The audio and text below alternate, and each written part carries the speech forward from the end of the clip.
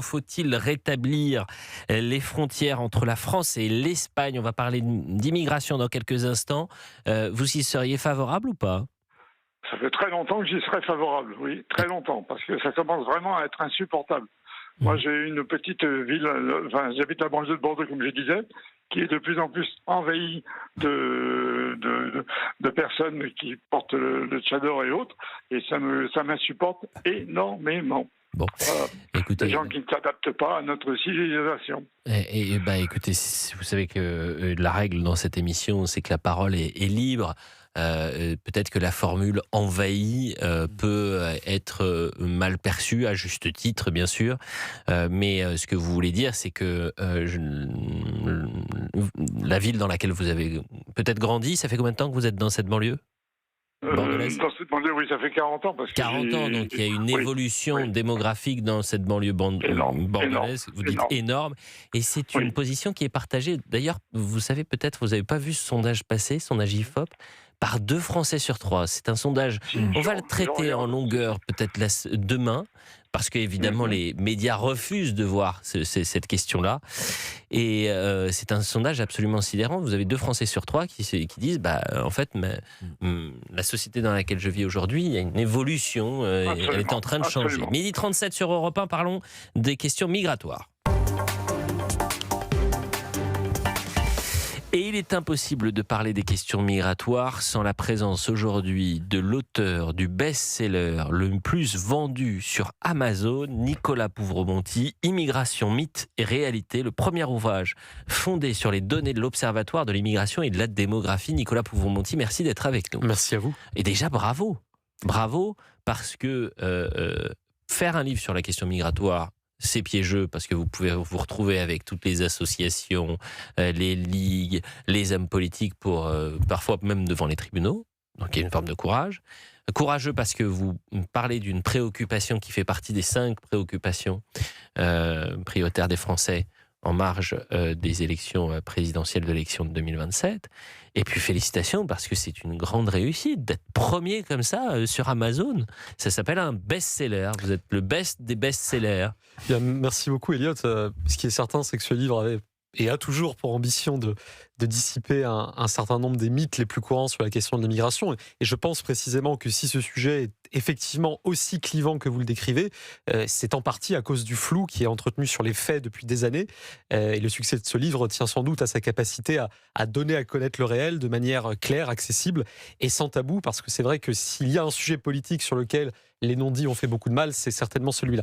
Alors, il est paru cette semaine, si je ne m'abuse. Il est paru mercredi. Absolument. Mercredi, donc vous êtes déjà en tête des ventes sur Amazon, tout livre confondu. C'est quand même un fait littéraire majeur. J'imagine, c'est presque un devoir que les journalistes du service public qui ne vous ont peut-être pas encore contacté pour parler des questions migratoires et de parler de votre livre, la semaine prochaine, les semaines suivantes, vous allez être invité sur France Inter, sur France Info, pourquoi pas sur Radio Nova, parce qu'on peut parler aussi des questions migratoires et des livres qui fonctionnent. Mais ça peut devenir un phénomène littéraire. Alors attention, on ne va pas être des oiseaux de mauvais augure, mais vous êtes quand même premier sur Amazon. Au témoin d'un doute, vous avez été contacté par France Inter, par exemple ? Pas pour le livre et pas pour l'instant. Pas pour le livre et pas pour l'instant. Mais écoutez, peut-être que ça arrivera. Si vous êtes avec nous, cher Nicolas Pouvremonty, c'est qu'on se pose la question ce samedi midi, faut-il rétablir les frontières entre la France et l'Espagne ? L'Espagne va régulariser 1 demi-million de migrants clandestins, décision unilatérale prise par le gouvernement socialiste de Pedro Sánchez et qui aurait de lourdes conséquences pour nous et pour tous les voisins européens. J'ai jamais vu un tel appel d'air. D'ailleurs, de nombreux élus français de droite s'y opposent, à tel point qu'ils appellent à retrouver des frontières. Je pense à Éric Ciotti, par exemple, qui l'a demandé, qui interpelle directement Emmanuel Macron. Visiblement, il est plus intéressé au Salon du Livre. Mais il y a aussi David Lisnard, le maire de Cannes. Je vous propose d'écouter le sujet de Charles Bouchin. La grande opération de régularisation de 500 000 sans-papiers menée par le gouvernement espagnol a relancé le débat sur le rétablissement des contrôles aux frontières.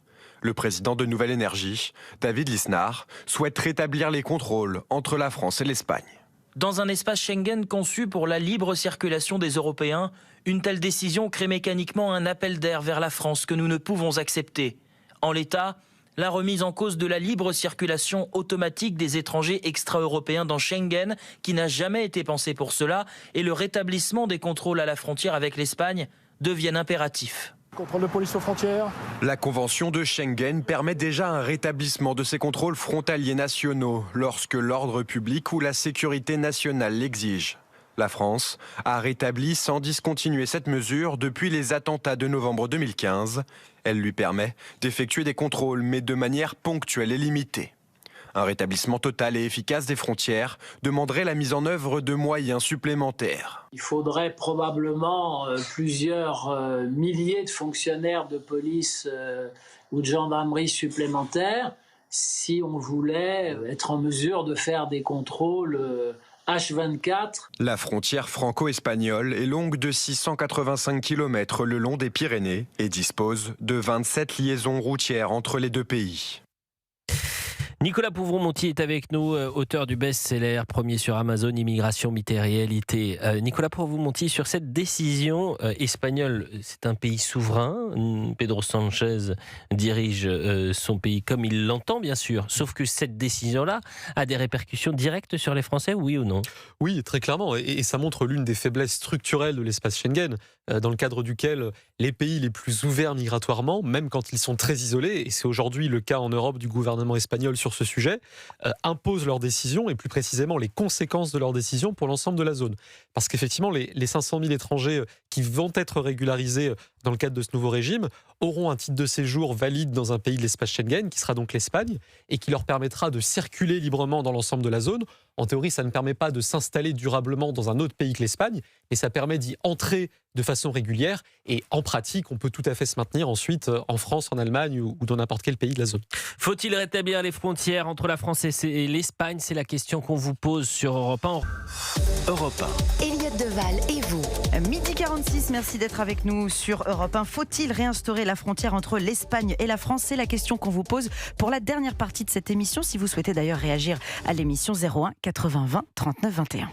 Et nous serons avec André dans un instant en direct sur Europe 1. Nicolas Pouvron-Monty est notre invité. Immigration, mythe et réalité. Lisez ce livre absolument passionnant et chiffré, sourcé sur les questions migratoires, questions taboues depuis plus de 40 ans, avec une classe politique qui a préféré aller sur le terrain moral plutôt que le terrain des idées sur ces questions migratoires. Georges Fenech, à la question « Faut-il rétablir les frontières entre la France et l'Espagne ?» Vous répondez quoi, vous? D'abord, je réponds qu'il faut revoir entièrement Schengen. Est-ce que Schengen a été prévu pourquoi? Pour la circulation des membres de l'Union européenne dans l'espace Schengen. Or là, avec l'interprétation qui en fait et l'application qui en est faite, vous régularisez des étrangers, ils ont le droit de circuler, donc nous allons être impactés forcément directement par un certain nombre de ces étrangers accueillis très généreusement par l'Espagne. Après, est-ce qu'il faut rétablir les frontières? Je n'en sais rien, mais en tout cas, ce qu'il faut, c'est sûr, c'est rétablir un contrôle aux frontières. Ça, que ce soit avec l'Espagne, avec l'Italie, on ne peut pas continuer à laisser notre démographie évoluer d'une manière absolument inconsidérée en laissant à l'Union européenne, qui en est incapable, de contrôler ses frontières externes. Nicolas Pouvron-Monty, le rétablissement des frontières, est-ce que c'est possible en l'état du droit européen qui aujourd'hui est supérieur au droit français? Si demain Emmanuel Macron dit effectivement il va falloir rétablir les frontières européennes puisque la décision que je respecte de monsieur Pedro Sanchez de régulariser 500 000 personnes sur son sol en Espagne aura de fait des conséquences en France, puisque un régularisé en Espagne aujourd'hui peut très bien aller s'installer demain en France. Et la promesse qui a été faite, c'est de faire réguler les flux migratoires, légaux comme illégaux. Donc il en va de cette promesse, de rétablir les frontières. Est-ce que Emmanuel Macron peut le faire? Dans l'état actuel du droit européen, c'est très compliqué. Il y a un problème fondamental que Georges Fenech évoquait, qui est que, au-delà de la notion originelle de Schengen, qui était un corollaire du marché intérieur européen, c'était la libre circulation des travailleurs européens dans l'espace européen. On a étendu le principe de la libre circulation, y compris aux ressortissants extra-européens présents sur notre sol. Et c'est ce qui fait que, quand vous êtes un clandestin qui met le pied en Sicile ou dans le sud de l'Espagne, vous entrez dans un espace de 4,2 millions de kilomètres carrés virtuellement sans contrôle aux frontières. Il est possible, dans l'état du droit européen, de rétablir temporairement des contrôles, mais de manière très limitée. Et d'ailleurs, on le fait déjà depuis quelques années. On le fait notamment à la frontière franco-italienne, puisque pendant longtemps, la poussée migratoire irrégulière vers la France venait surtout de l'Italie. Ça a beaucoup baissé ces dernières années. En 2015, après les attentats. Ah, absolument. À partir de 2015, on a rétabli ces contrôles et on les maintient de manière temporaire depuis plus de 10 ans, ce qui montre qu'il y a quand même un sujet avec l'état global du droit de Schengen. Mais il y a deux grands types de limites. D'abord, des limites juridiques. On ne peut pas faire ce qu'on veut dans ces contrôles à une frontière entre deux pays européens.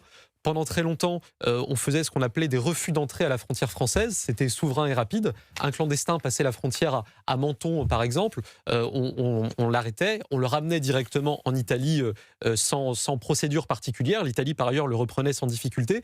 La Cour de justice de l'Union européenne a dit que c'était contraire à l'esprit de Schengen. Et donc, les refus d'entrée aux frontières françaises ont baissé de 80% dans l'année qui a suivi cette décision, malgré le rétablissement des contrôles.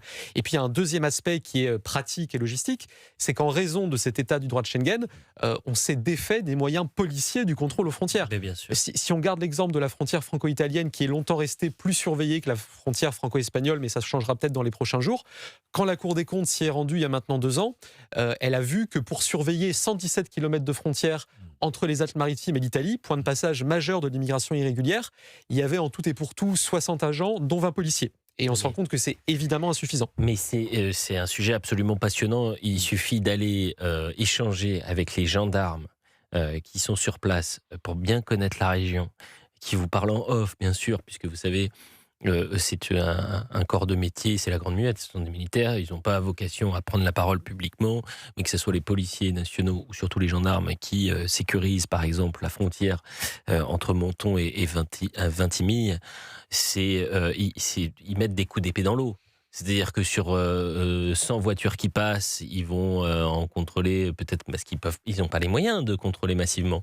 Peut-être seulement une dizaine. Ils vous expliquent que la personne que vous prenez, que vous renvoyez à la frontière italienne, tout simplement, il ne va pas reprendre le lendemain le même trajet, mais il va essayer de passer quelques kilomètres plus loin. Bref, c'est une difficulté majeure pour les gendarmes qui font ce qu'ils peuvent, les pauvres, ou les policiers nationaux qui sont présents sur zone.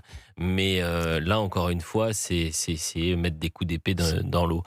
Georges Fenech. Sans parler de la décision du Conseil constitutionnel, vous vous en souvenez, Nicolas, qui a créé cette nouvelle excuse de fraternité, de solidarité. C'est-à-dire quand vous aidez l'affaire de Cédric... Bien sûr, l'affaire Cédric Héroux. Vous aidez un étranger à passer la frontière avec l'Italie, vous ne risquez plus rien. Il n'y a plus d'infraction d'aide à l'entrée au séjour irrégulier, puisque le Conseil constitutionnel, dans sa très large générosité, a considéré que ça faisait partie des règles humanitaires que d'aider ces étrangers. J'ajoute un point. Effectivement, il y a un grand risque que l'immigration passe de l'Espagne à la France pour une raison simple, c'est que ceux qui immigrent comparent les différents pays et leur attractivité. Mais en réalité, la France reste le pays le plus attractif sur le plan social pour les étrangers. Dans le livre de Nicolas Povro-Monti, j'ai appris qu'il y avait un droit inconditionnel à l'hébergement d'urgence, non seulement des étrangers, mais des clandestins. Et que c'était en plus un droit à durée illimitée, c'est-à-dire que vous êtes un clandestin, vous arrivez en France, vous demandez à une association d'être logé et vous avez le droit à l'hôtel, parfois pendant plusieurs années. D'ailleurs, c'est plusieurs années en moyenne que les clandestins sont logés. Donc, tant qu'on n'aura pas aussi un système social moins attractif pour les étrangers, on sera le pays le plus exposé à l'immigration d'Europe. Nicolas Povro-Monti est avec nous. Immigration, mythe et réalité, le premier ouvrage fondé sur les données de l'Observatoire de l'immigration et de la démographie aux éditions Fayard. Gérard et André sont avec nous. Prenons André qui nous appelle des Hauts-de-France, qui voulait parler de la question migratoire. Bonjour André. Bonjour Monsieur Deval, bonjour à vos invités et merci de me donner la parole. Vous êtes le bienvenu, appelez-moi, je vous appelle André, appelez-moi Elliot. Bien, oui, je voulais intervenir sur ce sujet au motif que je trouve quand même assez fort la décision du Premier ministre espagnol. C'est un sacré pied de nez à la Commission européenne qui indique par ses décisions qu'elle revoit donc sa politique sur l'immigration. Ça, c'est le point 1. Donc, je comprends pas du tout quelle est la cohérence entre la décision de M. Sanchez et la décision de la Commission européenne. Et puis, deuxièmement, c'est aussi un sacré pied de nez au Parlement européen, au motif que en 2024, le Parlement européen a voté également des textes sur l'immigration et en fait, la décision de M. Sanchez baffe complètement ces initiatives. Juste une petite, comment dirais-je, une précision qui est pour moi importante pour qu'on comprenne bien ce que coûte l'immigration. Et d'ailleurs, j'étais intervenu, je ne sais pas si vous vous souvenez, à midi, vous m'aviez d'ailleurs fait quelques remarques sur le sujet, mais un mineur isolé en France, ça coûte 50 000 € à l'année. Un SMIC, vous m'entendez bien, c'est 19 700 € à l'année. Voilà. Donc ces gens vont comme le disait l'un de vos intervenants, la France est un aimant à aide sociale pour tous ces gens-là. Et ben on va continuer à payer. L'AME, alors là on n'en parle même pas, c'est jackpot, voilà. Et derrière tout ça, ben oui, en effet, et c'est la raison pour laquelle j'étais intervenu la dernière fois, c'est que en effet, il n'y a rien pour les Français en matière d'aide au niveau des taxes sur les séances, etc. Par contre, on n'hésite pas à dépenser 5 milliards, sans compter les aides au développement complètement farfelues. André, voilà. Il nous reste un tout petit peu, trop peu de temps pour vous répondre. C'est vrai que la comparaison que vous faites peut parfois heurter. Donc, c'est pour ça que je vais permettre à Nicolas Pouvremonti de vous répondre. Il nous reste une petite minute, mais c'est pas moi qui vais le faire. Ce qui est certain, effectivement, c'est que sur des aspects de nos politiques de solidarité, même parmi les plus urgentes et les plus élémentaires, l'immigration crée un effet de saturation, voire même un effet d'éviction. L'archétype de ça, c'est vraiment l'hébergement d'urgence dont parlait Alexandre Devecchio.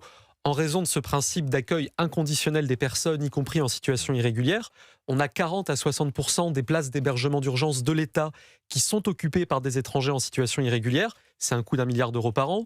Une durée médiane de séjour de 3 ans et demi. Donc on loge gratuitement et sans limite de durée des dizaines de milliers de clandestins pendant des années. Et dans le même temps, nous disent les inspections générales compétentes, on a 60% des demandes d'hébergement d'urgence qui ne trouvent pas satisfaction. Donc il y a évidemment un effet d'éviction pour des demandeurs français, mais aussi pour des étrangers en situation régulière de longue date qui pourraient avoir besoin à un instant de leur vie de cet hébergement. Et on leur verse 250 €. Merci Nicolas Pouvremonti d'être venu nous voir. Immigration, mythe et réalité, le premier ouvrage fondé sur les données de l'Observatoire de l'immigration et de la démographie, en tête des ventes sur Amazon.